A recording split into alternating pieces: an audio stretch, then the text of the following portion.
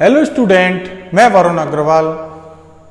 मैंने अपनी last video में आपको solution of ordinary differential equation with constant coefficient उसके बारे में चर्चा करी थी और बताया था कि अपनी इस डिफरेंशियल इक्वेशन का सॉल्यूशन हम कैसे फाइंड करते थे। तो आपको मैंने बताया था कि जब डिफरेंशियल इक्वेशन का सॉल्यूशन फाइंड करते थे तो हमको दो पार्ट की आवश्यकता पड़ती थी।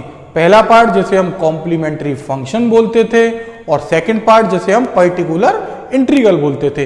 तो हम कॉम्प्लीमेंट्री फंक्शन के रूल क्या थे उसकी चर्चा हम अपनी पिछली वीडियो में आपके साथ कर चुके हैं और साथ ही दूसरी जो बात थी पर्टिकुलर इंटीग्रल। तो पर्टिकुलर इंटीग्रल के मैंने इस वीडियो से पहले आपको पिछली 3 वीडियो में आपको 3 अलग अलग मेथडों पर पीआई के यानी पर्टिकुलर इंटीग्रल के मेथडों की मैंने चर्चा करी है। आज मैं अपनी इस वीडियो में पीआई का आपको एक और रूल पर चर्चा करने जा रहा हूं जिसकी सहायता से हम अपनी दी गई डिफरेंशियल इक्वेशन का सॉल्यूशन फाइंड करेंगे। तो अपना जो पीआई है वो कैसे निकालने वाले हैं पर्टिकुलर इंटीग्रल उसकी बात करते हैं। याद करिए अपना जो पीआई था उसका फॉर्मूला क्या होता था, 1 upon function of D into में क्यू। क्यू क्या था? क्यू था आपकी जो डिफरेंशियल इक्वेशन थी जो कि इस फॉर्म में दे रखी थी, function of D into Y is equal to Q, जो आपकी ordinary differential equation with constant coefficient है वो जिस फॉर्म में दे रखी थी function of D into Y is equal to Q. हमारी यहां जो क्यू होता था वो क्या होता था इस क्यू को ही हम क्या कहते थे, फंक्शन ऑफ एक्स ओनली और कांस्टेंट। तो यहां अभी जो क्यू है हम उसकी चर्चा करते हैं। मैंने अब तक आपको क्यू के जब क्यू की जगह पर ई की पावर ax की फॉर्म हो उस रूल की चर्चा करी, जब q is equal to sine ax और cos ax की फॉर्म हो तब मैंने आपको पीआई निकालने का तरीका बताया, और जब q का मतलब पॉलिनोमियल फंक्शन दे रखा हो इन x यानी n डिग्री या 2 डिग्री 3 डिग्री 4 डिग्री या n डिग्री का आपको एक पॉलिनोमियल दे रखा हो तब कैसे हम पर्टिकुलर इंटीग्रल निकालते हैं, उन सब मेथडों की चर्चाएं मैंने आपको अपनी पिछली वीडियो में आपके सामने करी थी। अभी आज हम जो Q की बात करने जा रहे हैं जो RHS होगा वो क्या होगा, here Q is equal to जो होगा वो e की पावर ax इंटू x की पावर n की फॉर्म होगी। e की पावर ax इंटू x की पावर n, x की पावर n से in the sense polynomial function, ठीक है, या e की power ax into sine ax हो सकता है, साइन bx, या e की power ax into cos bx हो। यानी आज हम जो चर्चा कर रहे हैं वो क्या करने जा रहे हैं कि आपका जो q हो e के साथ मल्टीप्लाई में, e की पावर ax के साथ मल्टीप्लाई में या तो कोई पॉलिनोमियल हो या e की पावर ax के साथ मल्टीप्लाई में साइन ax साइन ax हो, यानी साइन bx कह दो क्योंकि a वहां कह रहे हैं, या e की पावर ax के साथ मल्टीप्लाई में cos bx हो। अगर इन तीनों में से कोई आपको q इज इक्वल टू दिया हो तब हम उसका पर्टिकुलर इंटीग्रल कैसे ज्ञात करते हैं, हम आज उस रूल की बात करते हैं। तो हम क्या करेंगे, जो अपना पर्टिकुलर इंटीग्रल होगा जिसमें कि आपका क्या आ रहा है e की पावर ax मल्टीप्लाई में आ रहा है, तो हम e की पावर ax को क्या लिख लेंगे, बाहर लिख लेंगे, ब्रैकेट लगाते हुए ब्रैकेट से बाहर, और अंदर रह जाएगा ये जो d है, d हटकर function of d plus a बन जाएगा। कितना बन जाएगा, function of d plus a, function of d plus a, और इनटू में मैं लिख देता हूं कितना, v, वेयर v का मतलब क्या है, v का मतलब या तो x की पावर n है या साइन है या कॉस है। यानी कहने का मतलब ये जो e के साथ मल्टीप्लाई में फंक्शन दे रखे हैं हमने उसको नाम दे दिया v, और ये रूल क्या कहता है, e की पावर ax बाहर चला जाता है और फंक्शन ऑफ d में क्या चेंज होके आ जाता है, d के प्लेस पर d प्लस a आ जाता है, और उसके बाद अपने इस सवाल को हम अपने जो पुराने मेथड थे, पुराने मेथड कौन से, जब v इक्वल टू एक्स की पावर n हो यानी पोलिनोमियल वाले रूल से कर सकते हैं, या v equal to sine B X हो तो हम साइन बी एक्स वाले रूल से कर सकते हैं, या v equal to cos B X हो तो हम अपने कॉस बी एक्स वाले रूल से अपने क्वेश्चन को कंप्लीट कर सकते हैं और हम पी की वैल्यू ज्ञात कर लेंगे। जैसे एक एग्जाम्पल के माध्यम से अपने इस पी की वैल्यू को हम कैसे ज्ञात करेंगे, हम उसकी चर्चा करते हैं। जैसे अपना कोई क्वेश्चन दिया है, एक डिफरेंशियल इक्वेशन गिवन है D square minus 9 into Y is equal to आपको दिया है ई की power x into cos 2x। आपको डिफरेंशियल इक्वेशन दे रखी है डी स्क्वायर माइनस 9 ब्रैकेट में यानी ये फंक्शन ऑफ डी हो गया, इंटू में y है और RHS जो Q का मतलब यहां e की power x into cos 2x है, जो कि आज का रूल था e की पावर के साथ या तो x की पावर हो मल्टीप्लाई में, या e की पावर के साथ साइन हो मल्टीप्लाई में, या e की पावर ax के साथ मल्टीप्लाई में cos हो। तो यहां ये वाला रूल आपका e की पावर के साथ मल्टीप्लाई में कौन है, cos, वो रूल आपका फॉलो हो रहा है। तो इसका जब हम सॉल्यूशन निकालते थे तो पहले आपको आवश्यकता थी कॉम्प्लीमेंट्री फंक्शन की। किसकी, कॉम्प्लीमेंट्री फंक्शन, जैसे हिंदी में हम पूरक फलन कहते हैं। तो याद करिए कैसे निकालते थे हम। सबसे पहले आपको जो डिफरेंशियल इक्वेशन दे रखी है हम उसकी बात करते हैं। अगला काम हम निकालते हैं सबसे पहले ऑक्सिलरी इक्वेशन। क्या निकालते हैं, ऑक्सिलरी इक्वेशन, जैसे हम इंग्लिश में ऑक्सिलरी इक्वेशन, शॉर्ट में AE या हिंदी में सहायक समीकरण बोलते हैं। और क्या होता था इसका सहायक समीकरण, कि फंक्शन ऑफ जो D है उसको हम 0 के इक्वल रख लेते हैं। किसके इक्वल रख लेते हैं, फंक्शन ऑफ D को 0 के इक्वल। तो यहां फंक्शन ऑफ D कितना है, डी स्क्वायर माइनस 9। तो डी स्क्वायर माइनस 9 को हमने रख लिया इक्वल किसके, 0 के।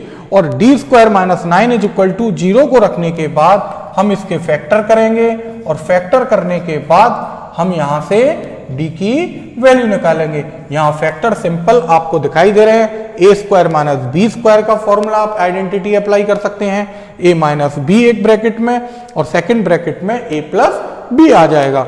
यहां से जब हम सॉल्व करेंगे तो d इज इक्वल टू आपके पास 3 और माइनस 3 आ जाएगा। तो यहां हम स्पष्टली देख सकते हैं आपके पास d की 2 रियल वैल्यू आ रही है, 2 रियल वैल्यू हैं और वो भी डिस्टिंक्ट हैं। तो मैंने आपको समझाया था जब आपकी डिस्टिंक्ट 2 रियल वैल्यू आती हो तो ऐसी स्थिति में आपका जो कॉम्प्लीमेंट्री फंक्शन होता था वो क्या होता था, क्योंकि 2 वैल्यू आ रही हैं तो आपको 2 कांस्टेंट चुनने होते हैं। एक का नाम C1 दिया, एक का नाम C2 दिया, और ये जो D की वैल्यू आ रही हैं इन वैल्यूओं को e की पावर में x के साथ मल्टीप्लाई करते हुए एक को C1 के साथ और एक को दूसरे कांस्टेंट C2 के साथ लिख देंगे और दोनों को प्लस से कनेक्ट कर देंगे। यानी C1 इंटू ई की power 3x plus C2 into ई की पावर माइनस 3x। यानी हमने किसकी वैल्यू फाइंड कर ली, CF की। किसकी वैल्यू फाइंड कर ली, CF की। और CF की वैल्यू फाइंड करने के बाद अब हम बात करते हैं PI की। किसकी बात करते हैं, PI की, जिसके लिए कि आज हमने अपने इस टॉपिक पर चर्चा कर रहे हैं। PI कैसे निकालते थे, अपना रूल है 1 अपॉन फंक्शन ऑफ D। तो 1 upon function of D, function of D क्या है, फंक्शन ऑफ D होता है y के इनटू वाला D वाला फंक्शन। तो कितना है, डी स्क्वायर माइनस 9 और इनटू में Q का मतलब जो RHS में लिखा है, और यहां RHS में है e की power x into cos 2x, e की power x into cos 2x। तो अब हम यहां बात करते हैं अपने पर्टिकुलर इंटीग्रल की। तो हम पर्टिकुलर इंटीग्रल को कैसे निकालने वाले हैं। तो जब हम पर्टिकुलर इंटीग्रल निकालेंगे तो सबसे पहले हम अपना रूल पहचानेंगे। अब तक मैंने आपको आज इस वीडियो से पहले आपको 3 मेथड पढ़ाए थे। पहला मेथड था जब आपका e की पावर ax की फॉर्म हो, यहां e की पावर ax की फॉर्म तो है, पर इनटू में cos 2x और आ रहा है, जिस कारण आपका वो मेथड फेल हो जाता है। आपको मैंने रूल पीआई का सेकंड बताया था, जब आपका साइन ax और cos ax हो। तो यहां cos ax तो है, परंतु आपको e की पावर x और मल्टीप्लाई में आ रहा है। तो इस तरीके से अपना जो सेकंड रूल था साइन ax हो या cos ax हो, वो रूल आपका फॉलो नहीं हो रहा, कारण e की पावर x के मल्टीप्लाई में आने के कारण। फिर मैंने आपको अपना रूल नंबर 3 बताया था पीआई का। वो रूल क्या था याद करिए, जब आपका जो आरएचएस था यानी जो क्यू था वो यहां पर क्या हो, पॉलिनोमियल हो, 1 डिग्री 2 डिग्री 3 डिग्री 4 डिग्री या n डिग्री का। यहां बात करें क्या e की पावर x और cos 2x पॉलिनोमियल है? नहीं है, यानी x की घातों के रूप में नहीं है, क्योंकि e की पावर x ये क्या है, एक्सपोनेंशियल फंक्शन है और cos 2x एक ट्रिग्नोमेट्रिक फंक्शन है। ठीक है, तो ये हमारा ओवरऑल ये पॉलिनोमियल फंक्शन भी नहीं है। तो अपने जो कल तक हमने 3 मेथड पढ़े थे वो सारे मेथड यहां फेल हो जाते हैं। तो आज हमारा चलता है अपना अगला मेथड, जो हमने बताया जब e के साथ मल्टीप्लाई में हो पॉलिनोमियल, या e के साथ मल्टीप्लाई में हो साइन bx, या e के पावर ax के साथ मल्टीप्लाई में हो cos bx। तो यहां हम बात करें e की पावर x के साथ मल्टीप्लाई में है cos 2x। तो आज का अपना यह फॉर्मूला अप्लाई हो सकता है। तो क्या कहता है आज का रूल अपना कि pi इज इक्वल टू आ जाएगा e की पावर जो x है उसको हम बाहर लिख लेंगे, और बाहर लिखने के साथ यानी e की पावर x जो यहां दिया है वो बाहर आ जाएगा, और बाहर जाने के साथ मैंने अभी बताया था e की पावर जो ax है, e की पावर जो ax है वो जब बाहर चला जाएगा तो d की जगह पर d प्लस a छोड़ जाएगा। क्या छोड़ जाएगा? e की पावर ax खुद तो बाहर चला जाएगा, तो e की पावर x बाहर चला गया और d के प्लेस पर d प्लस a छोड़ जाता है। a क्या होता है? x के मल्टीप्लाई में जो है पावर में, तो यहाँ x के साथ मल्टीप्लाई में 1 है, तो यहाँ d के प्लेस पर कितना आ जाएगा? d plus 1। कितना आ जाएगा? d plus 1। तो हम यहाँ क्या करने वाले हैं, ये जो d स्क्वायर माइनस 9 है इसमें हम d के प्लेस पर d कितना, d प्लस 1 रख देते हैं। d प्लस 1 का होल स्क्वायर माइनस 9 इंटू में कितना रह जाएगा? cos 2x। एक बार फिर रिपीट कर देता हूं, मैंने यहां क्या किया है अपना जो रूल था जब e की पावर ax मल्टीप्लाई में हो तो e की पावर ax बाहर चला जाता है, और जो फंक्शन ऑफ d था उसमें d के प्लेस पर d प्लस a आ जाता है। यहां a का मतलब इस क्वेश्चन में 1 से है, तो यहां d प्लस 1 आ जाएगा। कितना आ जाएगा? d plus 1। अब अपना जो क्वेश्चन है उसमें e की पावर का कार्य समाप्त हो जाता है। समाप्त से मतलब अब इसका यहाँ कोई यूज नहीं है, ये आगे मल्टीप्लाई में इसी तरह से वर्किंग करता रहेगा। तो फाइनली आपके पास जो pi इज इक्वल टू आएगा e की पावर x, और इस d वाले फंक्शन को अगर मैं सॉल्व करूं तो अपने पास आ जाएगा d स्क्वायर प्लस 2d और माइनस 8। इसका जब हम ब्रैकेट ओपन करेंगे a प्लस बी के होल स्क्वायर वाली आइडेंटिटी से a square plus B square plus 2ab, जो हम उसका सॉल्व करेंगे तो उसको सॉल्व करने पर आपके पास बचेगा d square plus 2d minus 8, और इनटू में क्या है? cos 2x। उसके बाद मैंने आपको बताया कि यहां के बाद आपको जो मैंने पुराने रूल पढ़ाए थे उन रूल में से आपका कोई रूल तैयार हो जाएगा। अगर यहाँ x की पावर हो तो पॉलिनोमियल वाला रूल पढ़ाया था, और यहाँ साइन या cos हो तो आपको इनके रूल पढ़ाए थे। तो याद करिए cos वाला रूल मैंने आपको क्या पढ़ाया था cos वाला रूल पढ़ाया था कि d स्क्वायर के प्लेस पर हम कितना रख देते हैं? Minus a square. a का मतलब क्या है? यहाँ इस e की पावर वाले को तो भूल जाओ, अभी हम cos में बात कर रहे हैं, e तो पावर यूं ही चलता रहेगा। यहाँ a का मतलब है 2, तो कितना आ जाएगा? 2 का स्क्वायर यानी माइनस का 4, यानी हम d स्क्वायर जहां भी है उसके प्लेस पर माइनस 4 लिख देते हैं। तो आपके पास आ जाएगा pi is equal to e की पावर x 1 अपॉन कितना? Minus 4 plus 2d minus 8 into cos 2x। फिर से एक बार रिपीट करता हूं, मैंने यहां क्या किया है? cos 2x या साइन 2x होता तो रूल पढ़ाया है डी स्क्वायर के प्लेस पर माइनस का ए स्क्वायर आता है। कितना आता है? माइनस का ए स्क्वायर। ए का मतलब होता है x के मल्टीप्लाई में जो एंगल में लिखा है, x के साथ मल्टीप्लाई में 2 है तो 2 का स्क्वायर, और 2 का स्क्वायर कितना होता है? 4, और आगे है माइनस, तो कितना आ जाएगा? D square is equal to minus का 4। तो जहां भी डी स्क्वायर है उसके प्लेस पर हम क्या लिख देते हैं? माइनस का 4 लिख देते हैं। अगला काम इसे हम सॉल्व करते हैं तो P I is equal to आपकी अगली लाइन आ जाएगी e की पावर x मल्टीप्लाई में, और यहां रह जाएगा माइनस का 12 और प्लस का 2d इंटू में cos 2x, और आप चाहें यहां से माइनस का 2 कॉमन लेकर बाहर लिख सकते हैं, यानी e की पावर x अपॉन में माइनस 2 और ब्रैकेट में रह जाएगा 6 माइनस डी इंटू में cos 2x 1/6 माइनस डी, और इंटू में पीछे क्या चल रहा है? cos 2x। अभी क्या अपना d समाप्त हो गया? d समाप्त नहीं हुआ।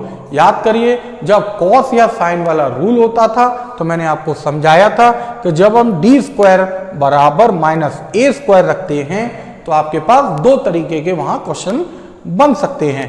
पहला, या तो वहां से d रिमूव हो जाएगा, एलिमिनेट हो जाएगा, जो कि यहां नहीं हुआ, और दूसरा d गायब नहीं होगा। तो या तो d एलिमिनेट हो जाएगा डी स्क्वायर बराबर रखते ही, या डी एलिमिनेट नहीं होगा। अगर हम यहां बात करें तो यहां डी एलिमिनेट नहीं होता है, और जब डी एलिमिनेट ना हो तो मैंने आपको डी को एलिमिनेट करने का क्या तरीका बताया था कि यहां जो अपॉन में है डी वाला टर्म उसके कॉन्जुगेट का मल्टीप्लाई ऊपर नीचे करते हुए लिख देंगे, यानी जो फंक्शन ऑफ डी है अपॉन में उसका कॉन्जुगेट का ऊपर नीचे मल्टीप्लाई, तो 6 माइनस डी का कॉन्जुगेट 6 प्लस डी होगा। कितना होगा? 6 प्लस डी। तो 6 प्लस डी से न्यूमरेटर में मल्टीप्लाई और 6 प्लस डी से डिनोमिनेटर में हमने मल्टीप्लाई कर दिया। इससे यह फायदा मिला कि जो डिनोमिनेटर है यानी जो हर है उसमें आपको फिर से a minus B, A plus B की आइडेंटिटी का जब हम यूज करेंगे तो डिनोमिनेटर में आपको पुनः डी स्क्वायर मिल जाएगा। कितना मिल जाएगा? डी स्क्वायर, यानी a plus B, A minus B identity का यूज करते हैं तो 6 का स्क्वायर 36 और d का स्क्वायर डी स्क्वायर आ गया। अगला काम आप और बात करें तो यहां डी स्क्वायर के प्लेस पर हम क्या लिख सकते हैं? अभी समझाया था, डी स्क्वायर के प्लेस पर आएगा यहां -4, क्योंकि a का मतलब 2 का स्क्वायर 4 और आगे माइनस लगाते हैं तो हम क्या लिखने वाले हैं? डी स्क्वायर की जगह पर -4 माइनस माइनस, या अगले स्टेप में कर देंगे -4 लिख दिया, और इनटू में है आपका cos 2x। अगर आप ध्यानपूर्वक देखें तो डिनोमिनेटर यानी हर में से d आपका रिमूव हो चुका है। अभी d समाप्त हुआ नहीं हुआ, अभी आपका न्यूमरेटर में आ गया, तो वहां से d कैसे हटाएं? तो उसके लिए मैंने आपको बताया था ये जो cos 2x है इसका हम अंदर मल्टीप्लाई कर देते हैं। तो मल्टीप्लाई करने पर आपके पास P I is equal to आ जाएगा e की पावर x अपॉन 40, e की power x is equal to 40, किसका? माइनस का। 40 कैसे आ गया? देखिए 40 इंटू 2 यानी 80 आ जाएगा। आपके पास आ जाएगा माइनस का e की पावर x अपॉन 80। 80 क्यों? 2 ये रहा, और 36 प्लस 4 40, 40 इंटू 2 80, यानी आपके पास 80 आ जाएगा। और यहां आ जाएगा आपके पास ब्रैकेट के अंदर 6 cos 2x, 6 cos क्यों? 6 into cos 2x plus d into cos 2x, d into cos 2x। क्या d समाप्त हुआ? नहीं हुआ। अब यहां से हम d को रिमूव करते हैं। किस तरीके से करेंगे d को रिमूव? d का मतलब है आपका डिफरेंशिएशन, तो डिफरेंशियल कर देते हैं किसका? cos 2x का। तो आप cos 2x का डिफरेंशियल जानते हैं, कितना होगा? माइनस का 2 sin 2x। कितना होगा? माइनस का 2 sin 2x। क्या यहां d है? d समाप्त हो चुका। तो फाइनली आपका यहां क्या आ चुका है? P I. और आप चाहें थोड़ा कैलकुलेट करके लिख सकते हैं, यानी P I is equal to आपके पास फाइनली आता है -2 कॉमन ले लेता हूं तो -2 से 80 को कैंसिल करूंगा तो आपके पास आ जाएगा 40, माइनस से माइनस कैंसिल हो गया, 2 से 80 40 टाइम, और आपके पास रह जाएगा sin 2x और प्लस 3 cos 2x। और यहां से हम डी को रिमूव कर चुके हैं और डी के समाप्त होते ही आपका पीआई कंप्लीट रूप से आ जाता है और पीआई के आते ही हमारा क्या आ जाएगा सॉल्यूशन। तो जनरल सॉल्यूशन क्या होता था, जनरल सॉल्यूशन क्या था आपका, फॉर्मूला था y is equal to C F plus P I. अभी हम क्या करने वाले हैं, आप पर सी एफ की वैल्यू पता है, आपको पी आई की वैल्यू पता है, तो सी एफ और पी आई की वैल्यू को यहां हम रख देंगे और रखने के बाद आपको आपका उत्तर मिल जाएगा। तो अभी बस क्या करना रह गया है आपको, सी एफ की जगह सी एफ का मान प्लस लगाते हुए पी आई की जगह पी आई का मान। तो इस तरह से आज हमने अपनी इस वीडियो में देखा कि कैसे हम अपने पर्टिकुलर इंटीग्रल की वैल्यू ज्ञात कर सकते हैं। और पर्टिकुलर इंटीग्रल में आज जो मैंने आपको नया तरीका बताया वो क्या तरीका था, जब आपका आरएचएस में e के साथ e की पावर ax के साथ मल्टीप्लाई में या तो पॉलिनोमियल हो या e की पावर ax के साथ मल्टीप्लाई में sin ax और cos ax में से कोई हो, तब हम अपने क्वेश्चन को कैसे करते हैं, हमने उस रूल की आज अपनी इस वीडियो में चर्चा करी है। तो मैं अपनी अगली वीडियो में पीआई के कुछ और रूल हैं, हम उसकी चर्चा अपनी अगली वीडियो में करेंगे। तो अपनी अगली वीडियो तक के लिए आप सबसे मेरा नमस्कार।